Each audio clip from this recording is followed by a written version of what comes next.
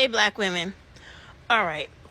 I had to stop eating for to come talk to you about something that I think is important, right? Okay. I was watching YouTube and there was quite a few people responding and doing their, I guess, response or retort to, I don't know if you've seen it, Cardi B's attempt to try to address the president and the Democratic Party in regards to here in New York City where I live, for them to actually take care of the budget, right? Now, understand where I'm going. We had over 160,000 migrants come to my city, right? And in doing that, when they come to the city in that type of huge number, right, they take up resources, housing programs, welfare, Section 8 vouchers, school placement, jobs, even though they're migrants and it's supposed to be illegal for them to vote in New York City and even to get ID to get a job. The government, from the president down to our governor, has decided to make special allowances for them to become employed, to obtain housing, to go to school, and to work, right? Now, when Cardi B was talking about how basically us poor people, right, need to start demanding things from the Democrat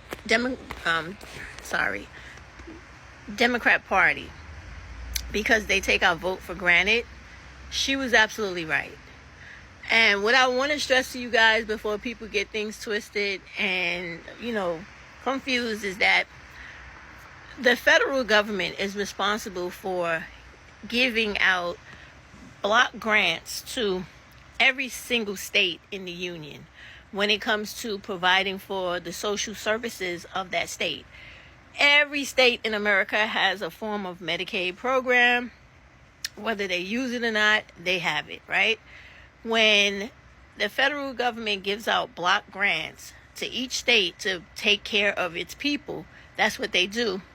I'm saying that for a reason because I want people to understand that cliche or phrase where people run around telling it, like in my state, civil servants that, oh, we pay your salary, we pay taxes, so we pay your salary. No, you don't.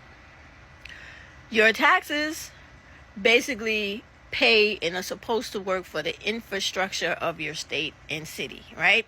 Now, in my city, which is New York City, my state is New York, the governor takes care of the majority of the state, and the mayor, which is Eric Adams, he takes care of the things that the city needs, everything.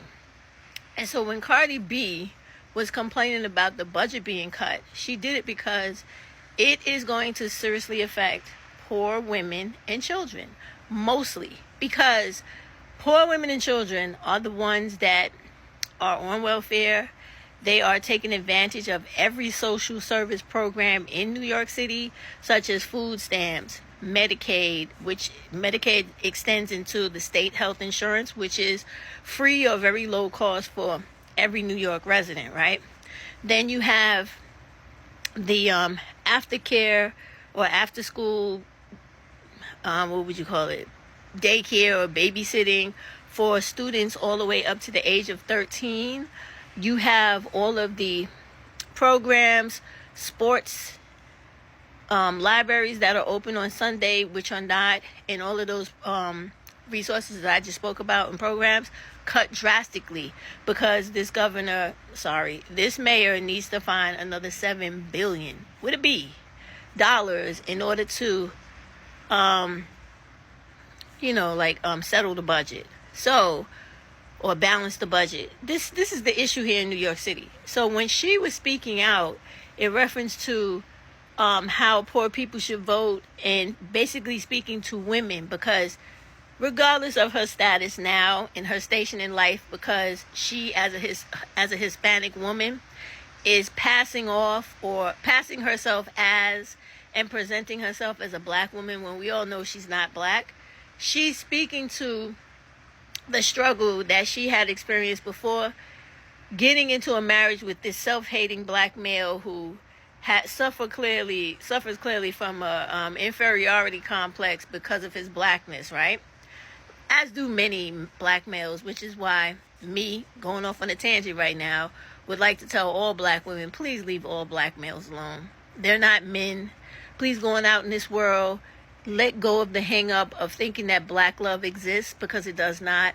Go get yourself any other type of man that treats you right, will really give you a household if that's what you're looking for, or a partnership where you can rely on somebody and someone will be there to help you make it through this world without you struggling and, you know, working so hard and having the whole world on your shoulders just to make it through each day and every year of your life. It's too much for black women, especially here in New York City.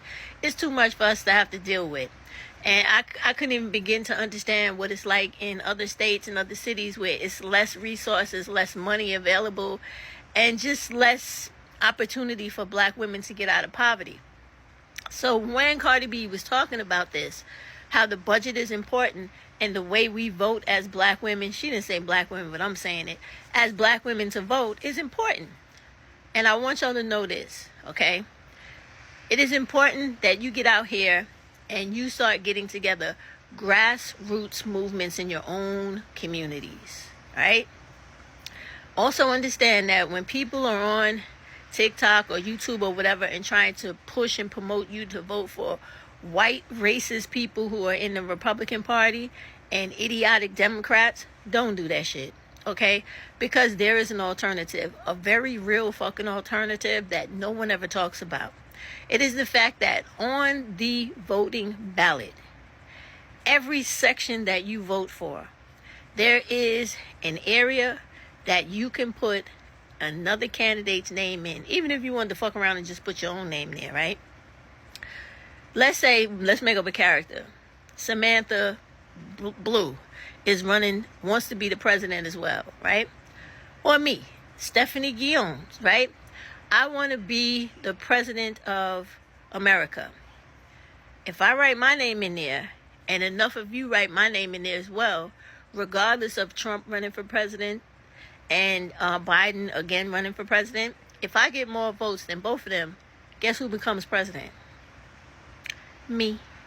So that argument that everybody has out there about, oh, you got to make a choice between this Democrat or this Republican or this party or that, bullshit.